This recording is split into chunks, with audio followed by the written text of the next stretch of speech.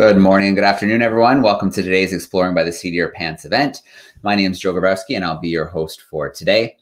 As we gather, we are reminded that throughout Canada, we are situated on Indigenous land, both ceded treaty land and unceded land.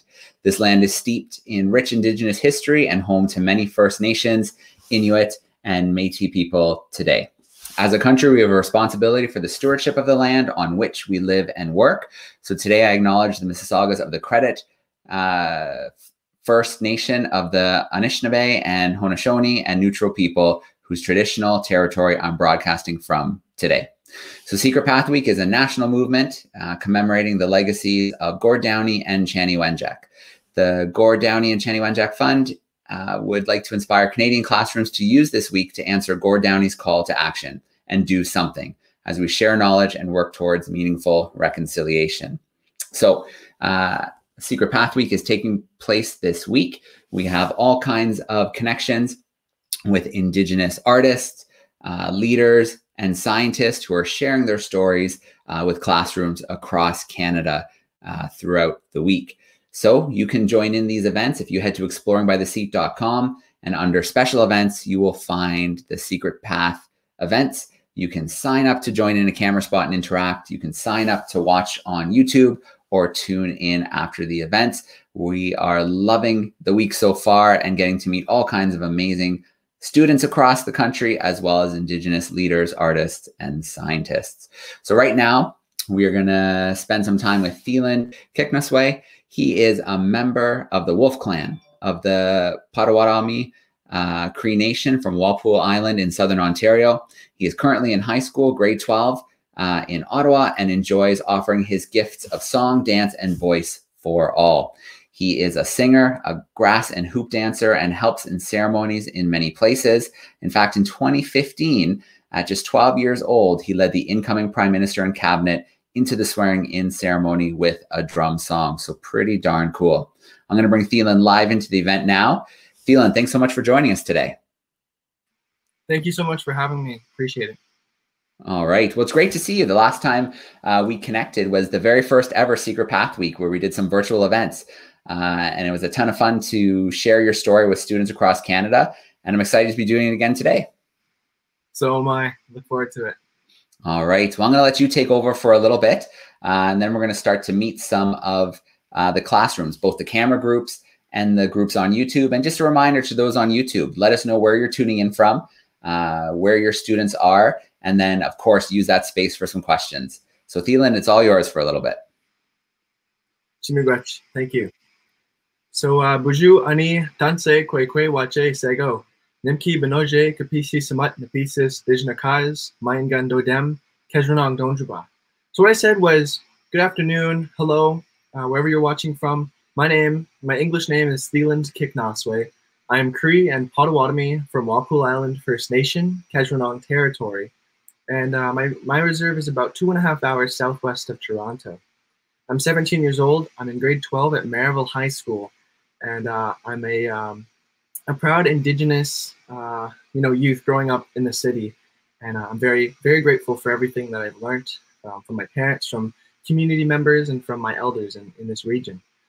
So before I begin, I want to acknowledge the land that I am on currently. I know we have people tuning in from around Turtle Island, from around Canada.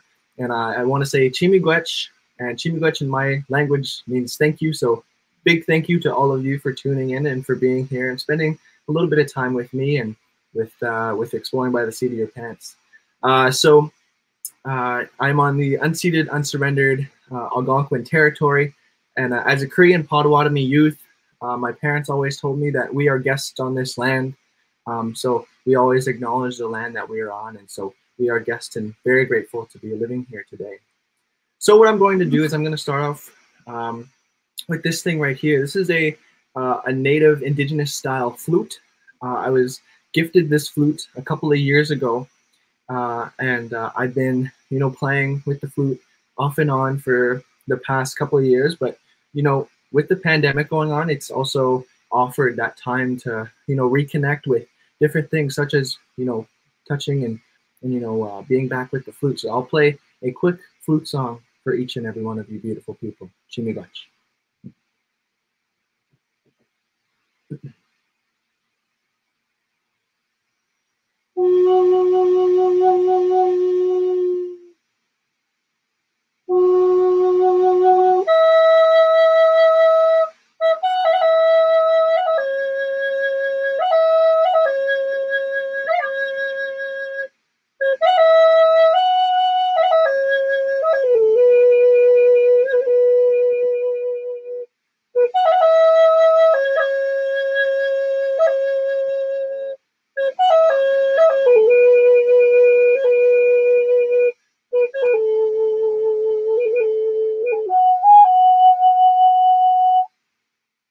Chimigach, thank you very much. So I'm gonna put this down to the side for a bit, and I'll talk for a little bit. So yeah, so I am Cree and Potawatami. I was born in Ottawa, Ontario, Canada, and I'm in my final year of high school, which is a pretty cool thing, pretty big thing. But before all of that, you know, for myself, my family, we were all I was raised in the culture, so I was raised with different instruments like the flute, with with the drums, with having people in my own home who had long hair, who inspired me and motivated me to continue our traditions as Indigenous people. And so, there's different things that that we have as Indigenous people that we call our gifts. And so there's the different gifts to sing and to dance, and whatever your passions are, those are your gifts that you have. So for me, singing and dancing has always been with me. And when people ask me, how long have you been singing? How long have you been dancing? I tell them that I've been dancing and singing ever since I was born.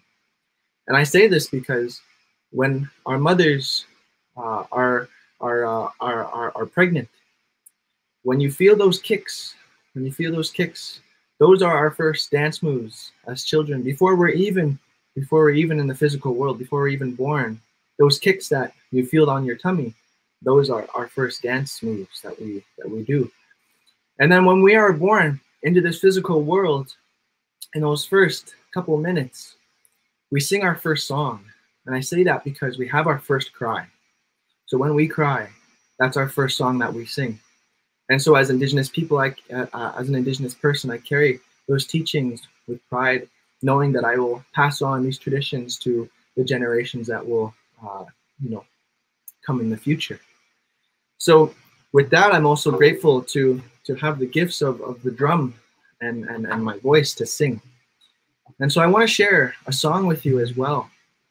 And this drum here is made from deer hide, and it was dyed to make this red color. If you see on the back here, this is how it's all tied together, all nice and neat. And as the border here, it's wood. I believe it's pine. And so this is how we make our drums. And we're taught that our drums are our mothers, because they offer that heartbeat, that heartbeat that we feel. So our mothers give us this heartbeat, this drum here. And so I will sing a song for you. So.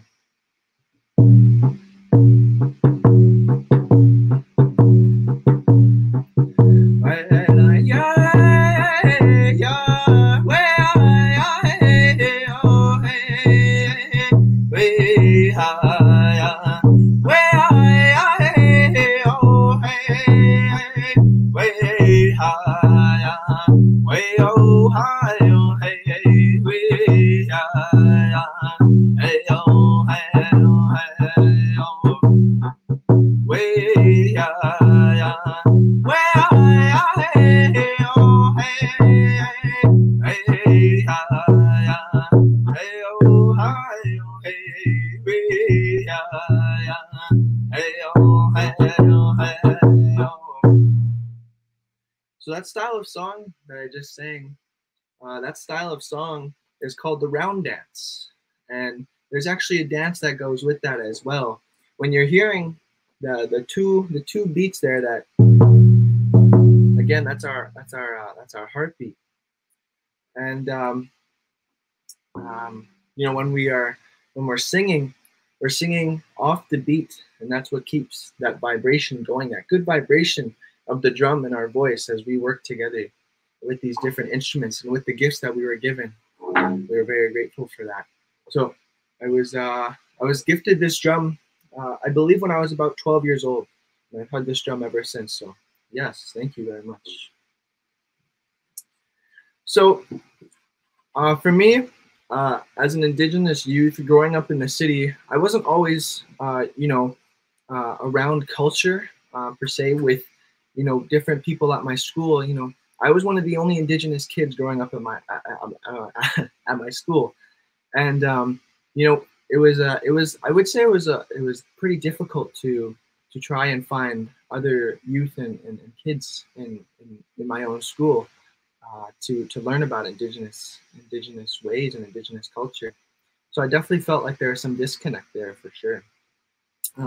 But with the strength of my family, because they weren't able to have these opportunities as children, my parents weren't allowed. For me, it's a great deal for me because I'm carrying on these traditions with pride and in good spirit. So I'm going to show you a picture of me when I was a kid. So I don't know if you guys can see this. This is a picture of me when I was a kid. I believe I was about seven years old. And this picture here is a picture of me when I first started hoop dancing. So the hoop dance comes from the Hopi Nation down in Arizona. And the hoops are meant as a storytelling dance. So the hoop dancer's job is to weave the hoops together to create different symbols, different images that you might see in creation. So some people will see an eagle, or some people might see a hawk, or some people might see a crow. And that's the beauty of this dance, is that we all see things differently because we are given gifts through the different five senses that we have. And so we use our eyes to imagine what we might see when the hoop dancer weaves the hoops together. So I just wanted to show you guys this picture quickly because it shows, where I started from as a hoop dancer. I started hoop dancing when I was about 5 years old. So I'm 17 now. So that means I've been doing this dance for about 12 years. And this dance has brought me all over the world.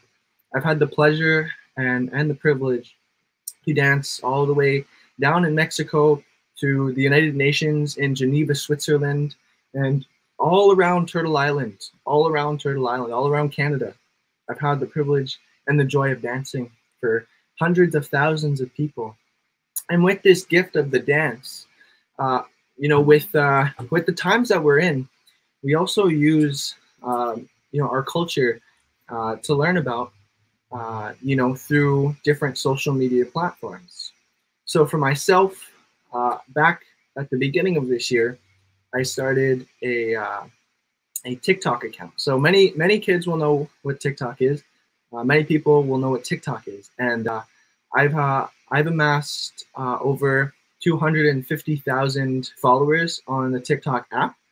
And basically, what I do is I showcase my Indigenous spirituality and through the forms of dancing and singing on this app.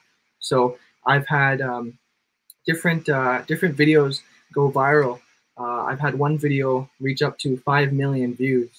And that video is me talking about the significance of hair and braids to Indigenous people.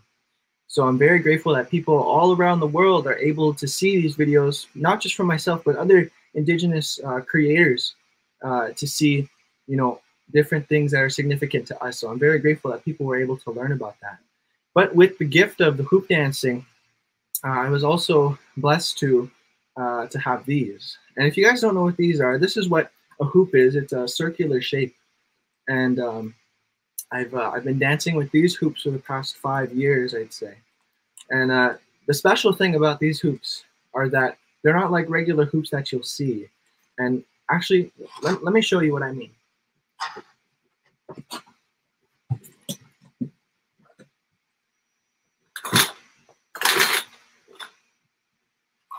This is what I'm talking about here.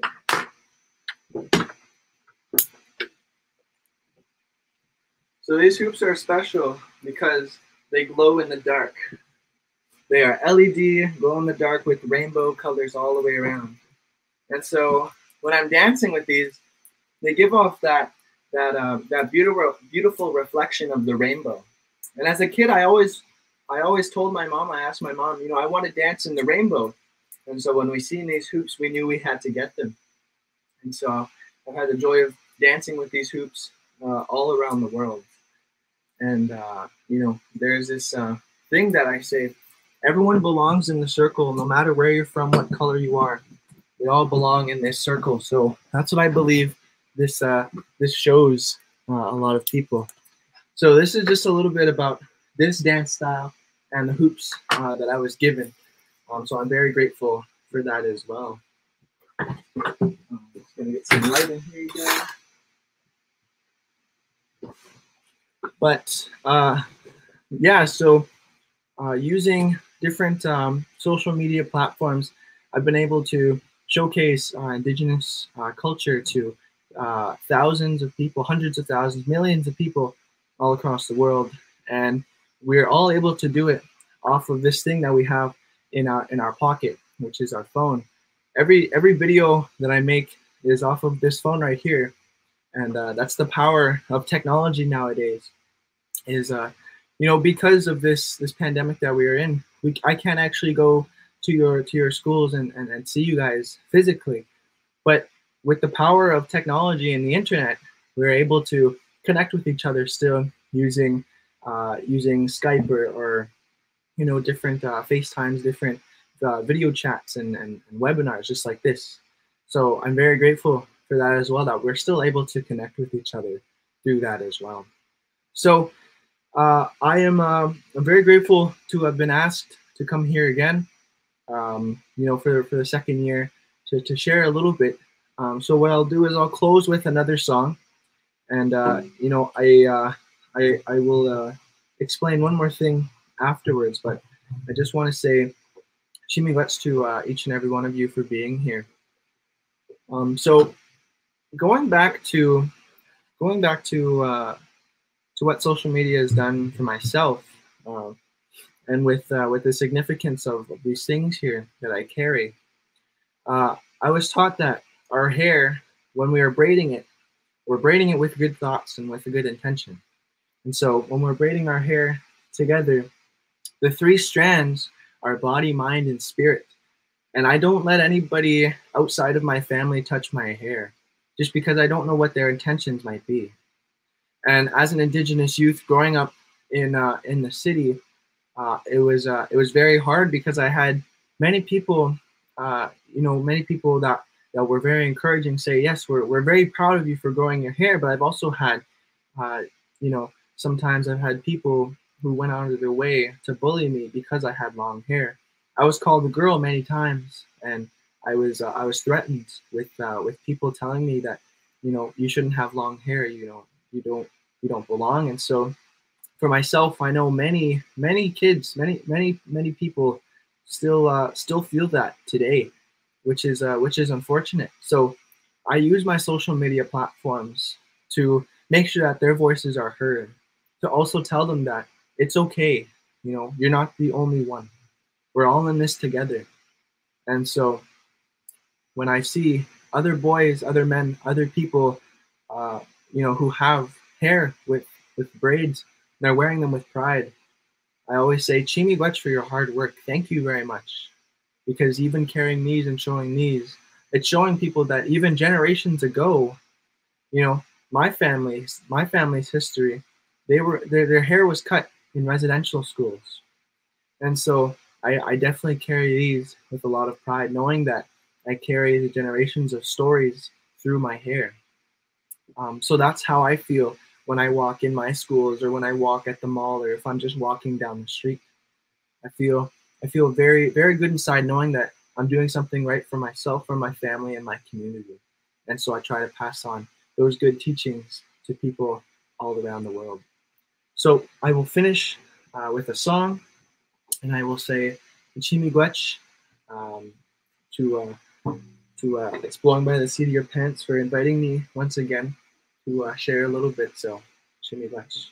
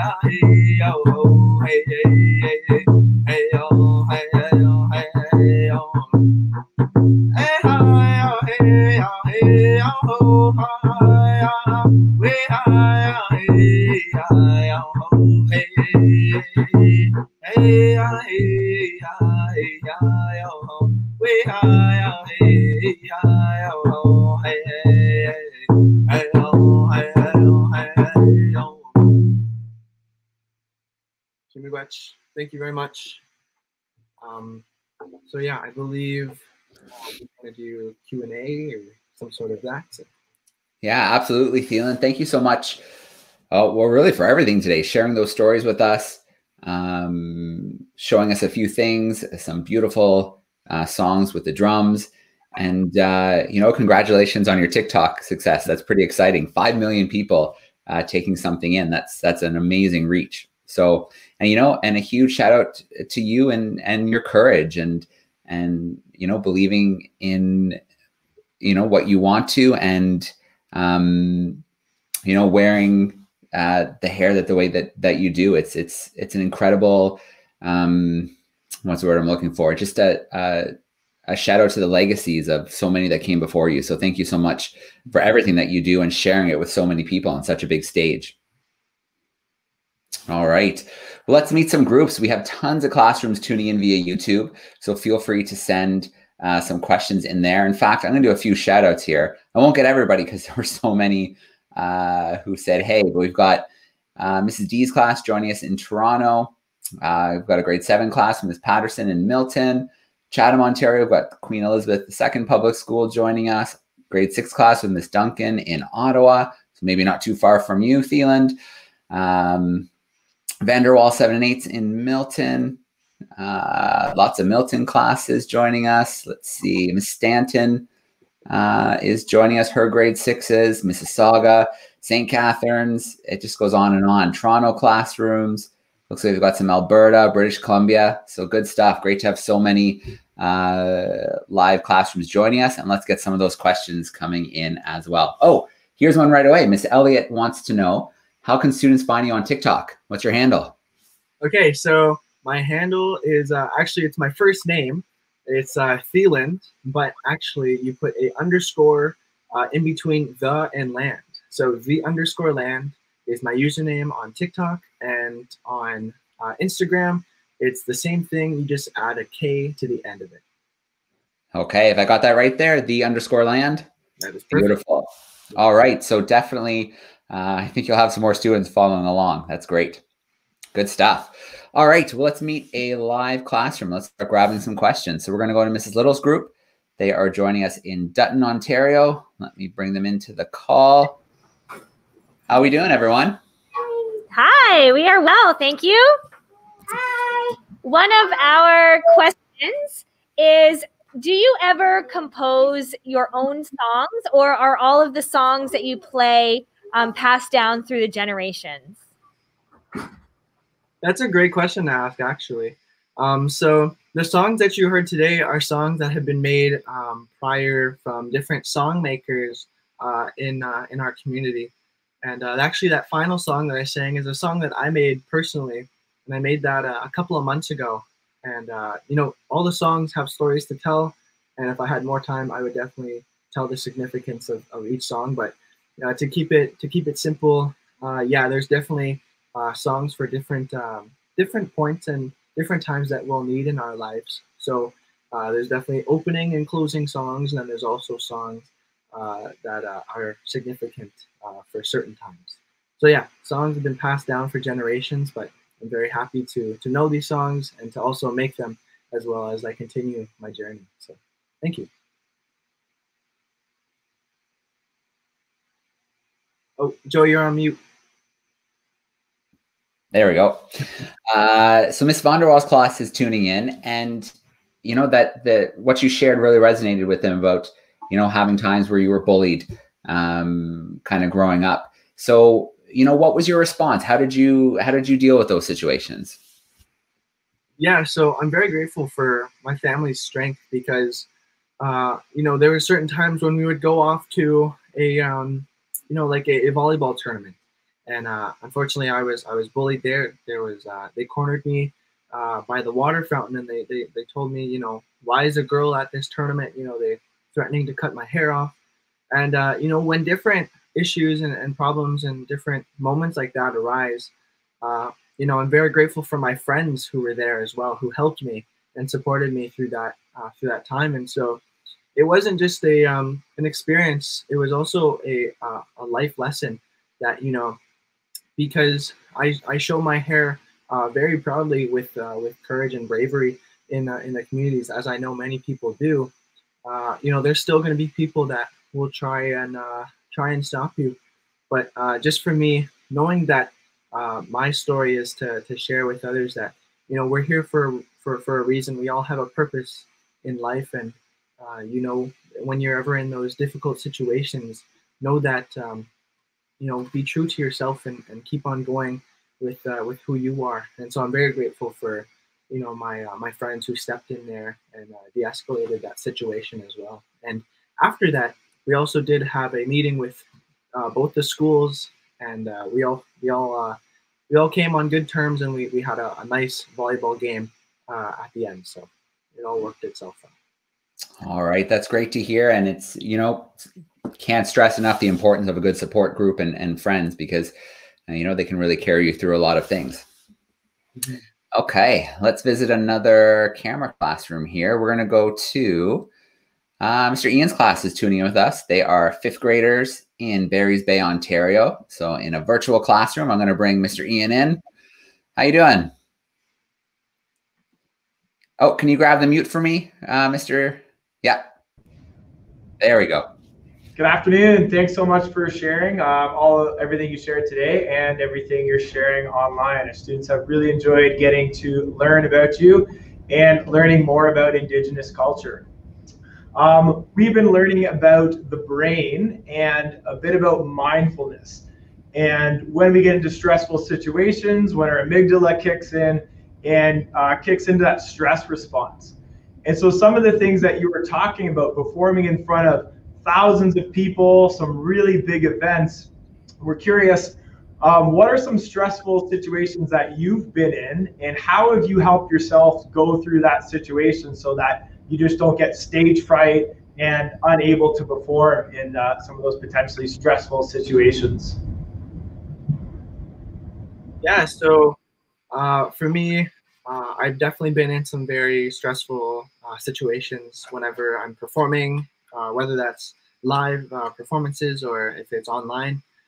So there's been a couple of times where I have had a lot of anxious times before I go on to perform. And so before I did the Prime Minister's swearing in when I was 12 years old at Rideau Hall here in Ottawa, it was definitely very stressful for myself because there was a lot of security people telling me where to go, where to be, and it was definitely it was kind of confusing as well. But I'm very glad we all made it work. But when I'm in those situations, I'm very grateful I have my mother there as support. And as Indigenous peoples, we have these different medicines that we pray to. And so there's this medicine called sage. And with that sage, we light the sage, and it creates this very soft, warm, and welcoming aroma. And I was always raised around those smells, and those smells often, they bring me peace. So having different people as your support really can help you when you're stressed, or having something to remember, like something you can hold on, or something that you can smell, like the sage, that definitely help you and bring you peace in those stressful times. Another stressful situation I've been in was definitely my first time performing at the Scotiabank Arena in Toronto at We Day 2017, I believe, or 2018. And I danced in front of 20,000 kids, youth, and teachers. And it was very noisy, and it was really stressful for myself.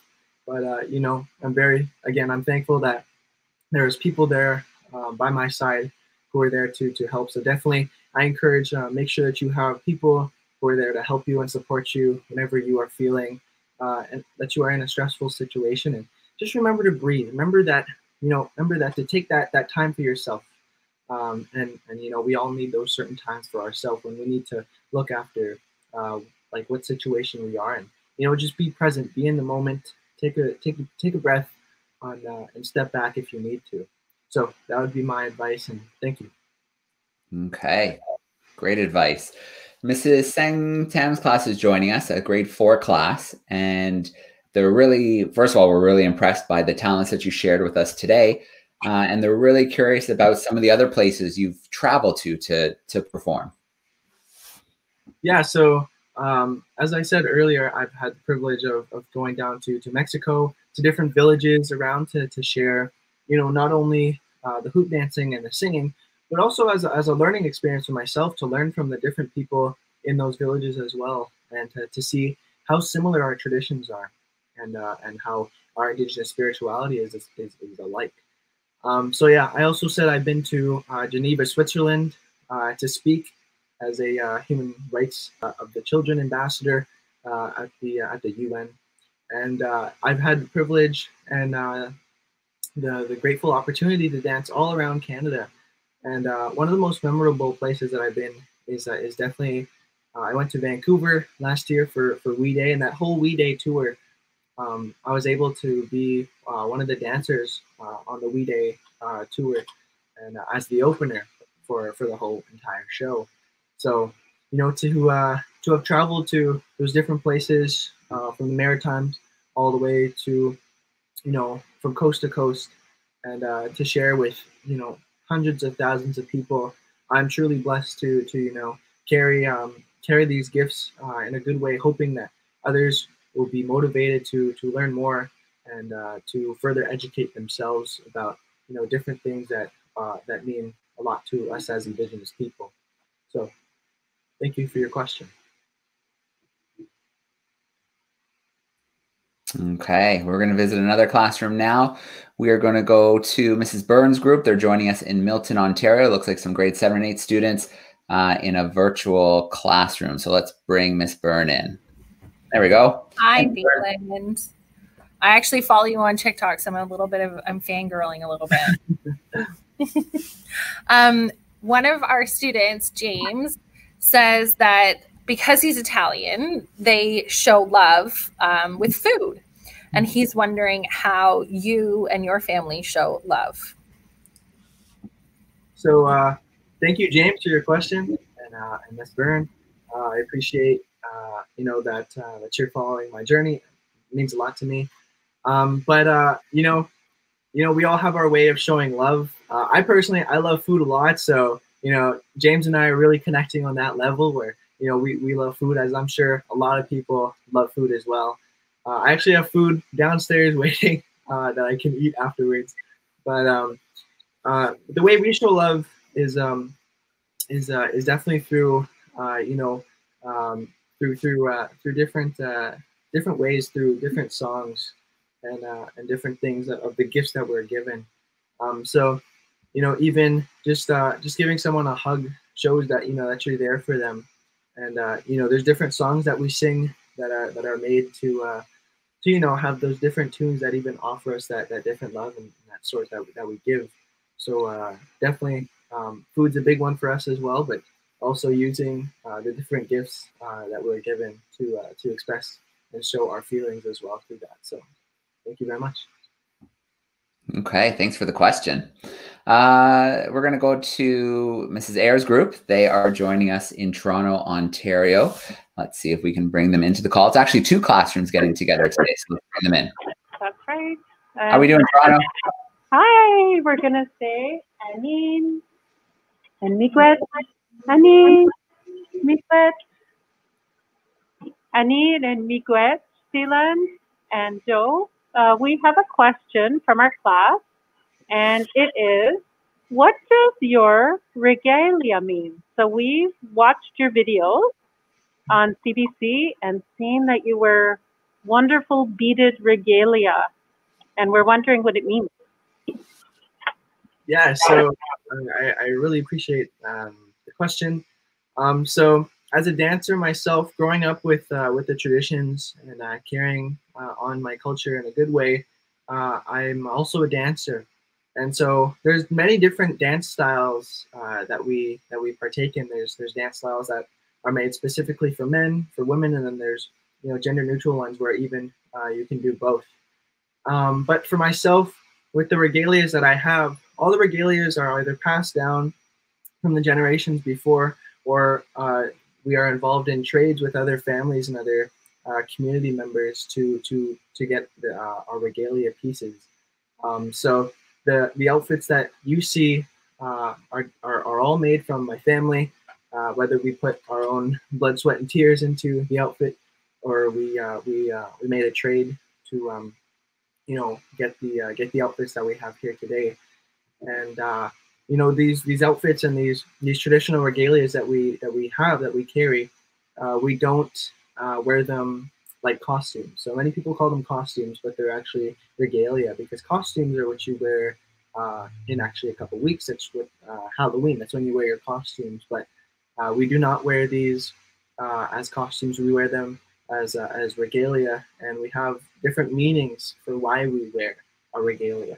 So it's not to dress up to look, like you're trying to dress up like Frankenstein or other things. They all have a symbolism for why we wear our regalias, and they're all made from my family members, and I wear them at specific times when either I'm asked or whenever I'm doing a performance. So I definitely appreciate your question.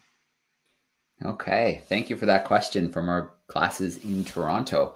Let's take another one here from YouTube. So Mrs. Smith is wondering about, the traditions and values that were passed down to you in your youth. Who was responsible for passing some of those down to you?